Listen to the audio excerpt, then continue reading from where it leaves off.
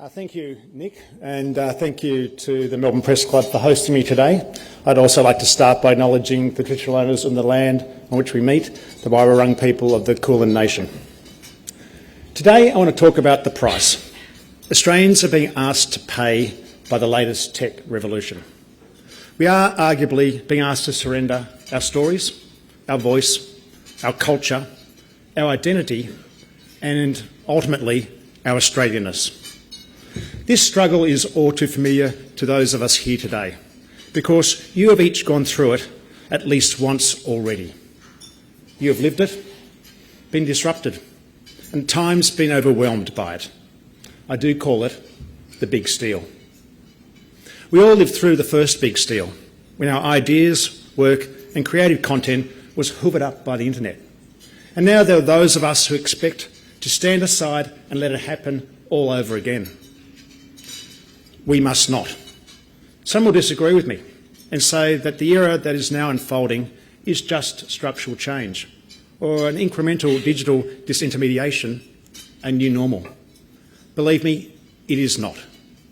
Make no mistake, we are at the dawn of the next new digital landscape, and yet we're being challenged to accept another wave of publicly endorsed threat and an assault on our privacy, our identities and our livelihoods. If it was a video game, it would be called Grand Theft Australia. But it's not too late to set this straight.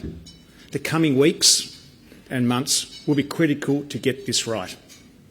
We lived through the first wave of the information revolution with a sense of first wonderment and then horror and frustration. And now we stand at the dawn of this new technological age. We can't afford to repeat past mistakes. AI will create a new digital universe.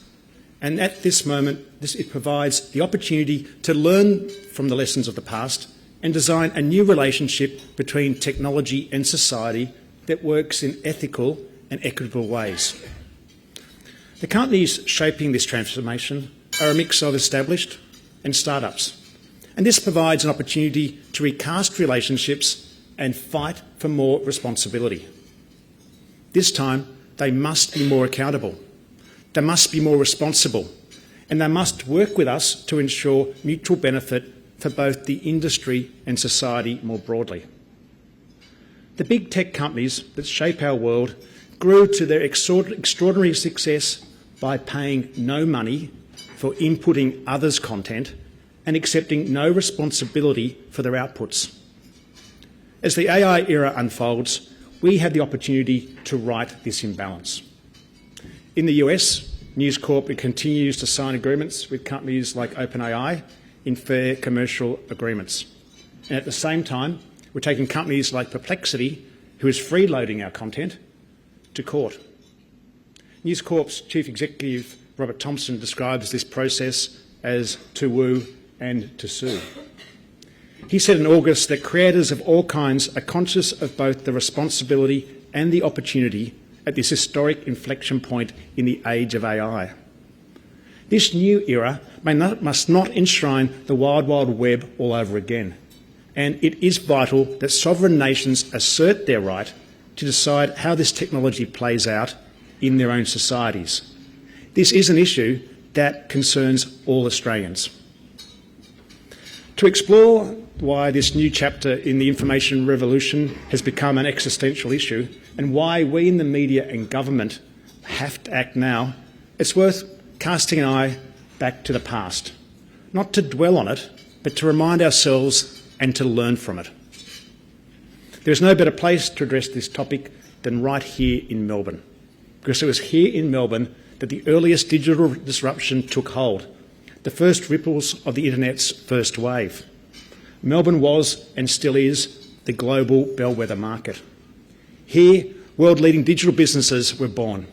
Businesses like REA Group, Car Sales and Seek were at the forefront worldwide of clicks replacing bricks, and they were established well before similar companies were being founded in the US.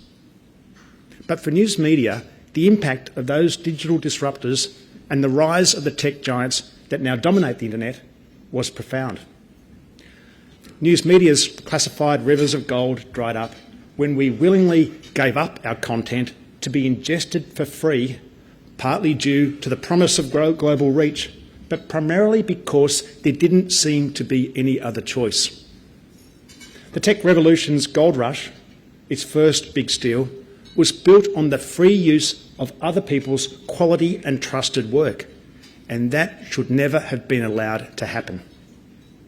And those who believe that we should give up our intellectual property to the large language models in the same way we gave it up to search and social cannot be allowed to take us for fools again.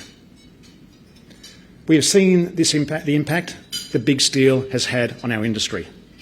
According to the Public Interest Journalism Initiative, 161 news outlets closed their doors in the 5 years to March last year. That's 3 times more closures than in the decade to 2018. I would describe that every one of those closures as devastating, not only at an industry level, but at a community level. Because there's thousands of local stories no longer being told, dozens of local councils no longer being held to account, reduced celebrations of local achievements and culture. We cannot make this mistake again. And to its credit, Australia has found resolve to respond to these threats through political bipartisanship, sound regulators and a vigilant news media. But the threats keep coming. In May this year, journalist Tim Burrows wrote that the Australian media is experiencing unprecedented market failure. I would agree. Our industry is buckling under the weight of 4 seismic waves of disruption. And you know who's going to suffer the most? The Australian people. AI firms are now using bots to scrape all the material that we are publishing online. A new big steal. Award-winning author Trent Dalton thought so when he discovered that his books were being stolen to train AI language models. Trent said, "These stories I write are absolutely drenched in truth and my own personal history and the history of the people I love. It's just a classic definition of stealing." However, training their bots to hold conversations requires vast amounts of digital data to create generative artificial intelligence. To achieve this, some tech giants are seeking access to everyone's ideas without permission and without payment. The justification goes a bit like this. If Australia doesn't surrender its copyright to large language models, tech companies won't build data sheds in Australia. They say Australia would serve as the ideal regional hub for Asia-Pacific cloud services due to its proximity to Asian markets. Their first ask is for complete surrender, and their fallback position, a new set of rules written just for them. Our response must be no. We have a perfectly good set of rules in Australia, and it's time that they started playing by them. An exceptional law with an unexceptional name, the Copyright Act, has helped the Australian voice flourish since it was enacted in 1968. The Copyright Act, in the most eloquent and timeless manner, provides basic rights to the copyright holder.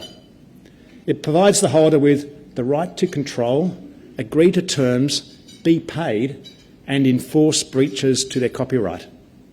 And the Copyright Act is perfectly able to deal with AI companies wanting to negotiate with rights holders. But members of the Tech Council of Australia have got into government offices claiming they need to change the law in order to attract billions of dollars to establish the data sheds. But this claim is just that, without foundation and without evidence. We saw this in Canberra recently when the Tech Council Chair, Scott Farquhar, told the National Press Club that fixing copyright laws was a matter of urgency because the laws are out of sync internationally. Changing them, he said, would be the one thing that could unlock billions of dollars of foreign investment into Australia. The use of the conditional could is telling. How is it that the tech lobby has put so little effort into quantifying the benefits to back their claim when the cost they are seeking to impose on us is so high and so quantifiable? How many of these data sheds are they planning to build, and how concrete are the commitments really? At last week's Senate hearing into Australia's cultural policy, musicians such as Briggs, Jack River and Paul Dempsey, along with authors such as Thomas Keneally, Anna Fonda and Caroline Overington, expressed their alarm at any changes to copyright laws. As Keneally forcefully put it, it is copyright. It's not copy charity. It's not copy privilege. It's not copy indulgence. It's copyright. And our right has been parlayed away by ignorant people who don't realise what copyright is. The Tech Council and some AI companies are pushing for a text and data mining exception, known in shorthand as a TDM exception. What this really means is copyright owners would no longer control access to their works. The owner of the copyright would not have to be asked whether or not someone else could use their work. The owner would not be able to decide on what terms their work could be used or not used. And most disturbingly, the copyright owner would not get to decide how much they should be paid for the use of their work. But the tech advocates have a response to this. They say, OK, if you don't want us to steal your content, then you can opt out. Really? What they're really saying is, we want Australia's law to be changed so that we can rob everyone's houses, unless someone puts up a sign asking us nicely if we might skip theirs, please. No, they shouldn't be robbing any houses. Not to mention, there are some internet actors who know very well that no publishers can opt out of their crawling, much as they might wish they could. We shouldn't be asked to opt out of their proposed text and data mining regime that legitimises theft.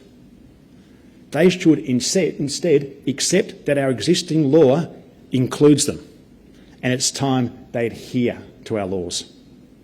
Australia's copyright law is fit for purpose. Our copyright law does not require changing. Tech and AI companies should not be given a free pass to access content to avoid paying for it. I am calling on the Australian government to once and for all rule out changing Australian copyright law to benefit these companies. The government must dismiss proposals for text and data mining regimes that will destroy the protections provided by Australian copyright law. Like any other company, these companies must pay market rates for the inputs for their business. They must not be given government subsidies. The government should also not be seduced into exploring alternative mechanisms that would have similar damaging outcomes that would decimate Australia's creative industries and silence Australian voices. We are still at the early days of generative AI, but already, as with past digital disruptions, the news media is again among the first to find itself walking down both sides of the street at once. Without doubt, AI does offer extraordinary possibilities to journalism, but at the same time, it could destroy our industry if it is allowed to hoover up all our work and deliver it to vast audiences with no attribution and no payment. As a nation, we do love new technology. We're consistently the global frontrunners, and the Digital Journal last year listed Australian consumers as the most AI addicted in the world. As a business, news companies must, of course, talk to audiences in the places where they consume information. And the news media role in preserving our democracy is well established, even if it's not always well understood. Journalism does not come cheap. It requires funding which is sustainable over the longer term. There is nowhere that I prefer to be than here, among news industry colleagues, among journalists, editors, authors, business people and lawyers, to talk about a subject that risks becoming a crisis. I'm calling on the federal government to act now. The social media age ban, due to start in little over 2 months from now, does deserve to be applauded, but we all need to ensure these laws are adhered to. In addition to the pressing issue of copyright, urgent action is needed on 3 fronts. Firstly, and most importantly, small news publishers have yet to receive any of the promised support from the News Media Assistance Program, also known as NewsMap. The government needs to deliver on its commitment after announcing this in December last year. There is no reason to hold this back. Secondly, the government needs to enact now the news media bargaining incentive, which has not advanced and remains unimplemented just under a year after being announced. And thirdly, a social licence should be implemented. There would be a package of laws and requirements that the tech companies would need to meet if they want access to Australian consumers. The current crisis engulfing Optus provides a telling example.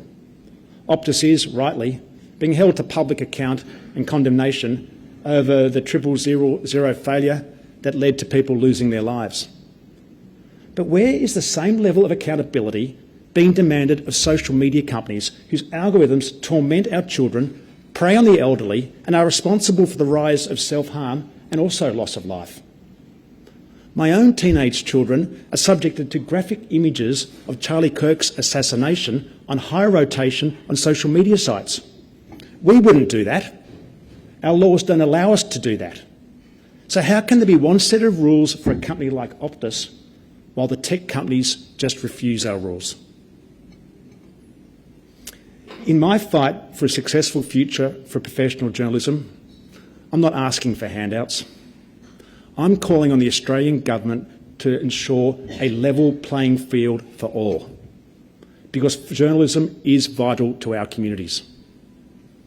The power of journalism was highlighted last month when our campaign, Let Them Be Kids, took to the global stage at the United Nations. This editorial campaign highlighted the plight of Australian families whose children died after suffering the most vile experiences on social media. Or consider the work of Nine's Nick Mackenzie, whose coverage of branch stacking and the release of covert recordings led to the sacking of a Labor power broker. It would be fair to say that while the government has tried, their efforts at times are ineffective when it comes to supporting Australian media. Here in Victoria, the state government has banned all print advertising in News Corp titles as well as The Age and the AFR. The ban covers all departments and bodies, including the consumer-facing National Gallery, the Transport Accident Commission and Visit Victoria. This absurdity denies Victorians important information and unfairly favours the platforms. And at the same time, in 21-22, the last figures available, they spent over $75 million advertising in digital and social media. I'm also here today to call on all in news media to come together to ensure the news media bargaining incentive is implemented now, to come together to support the Copyright Act in its current form, and to back each other on free speech, reminding our organisations of the importance of free markets that they need to operate in to be on a level playing field. What we don't need is more restrictions.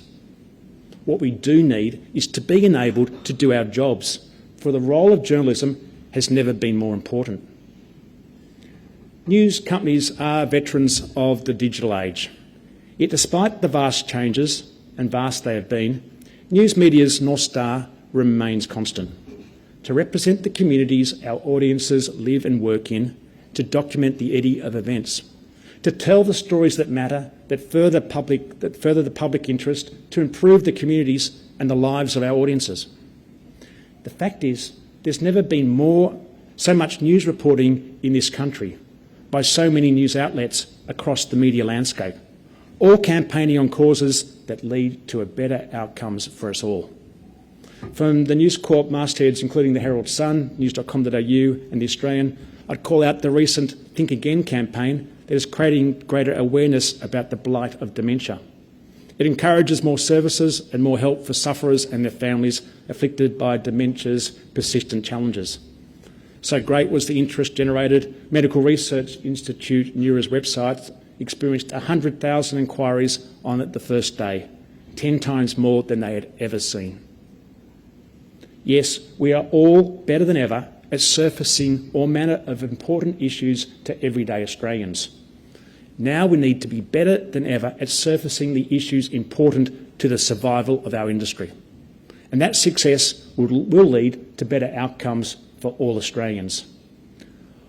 All news media outlets can recount how their journalists uncovered stories that have helped change our nation for the better. And the stories are telling. and the ways we tell them are far greater than ever before. Story by story, professional news media creates a better, more robust, resilient society, celebrating the contest of ideas. Social media does nothing more than tear and fray the social fabric. They are the true monsters at our gates, and our content is crucial to their success. It should not be taken or given away for free. As Joni Mitchell famously sang, "You don't know what you've got till it's gone." Copyright laws protect and promote the essence of what our nation is all about. It protects the Australian voice. These laws help make our country better, our democracy stronger. Our society is built on the fundamental position that everyone gets a fair go. This is what copyright helps achieve. We need to stand up for it together, and the time to do so is now. Thank you for listening.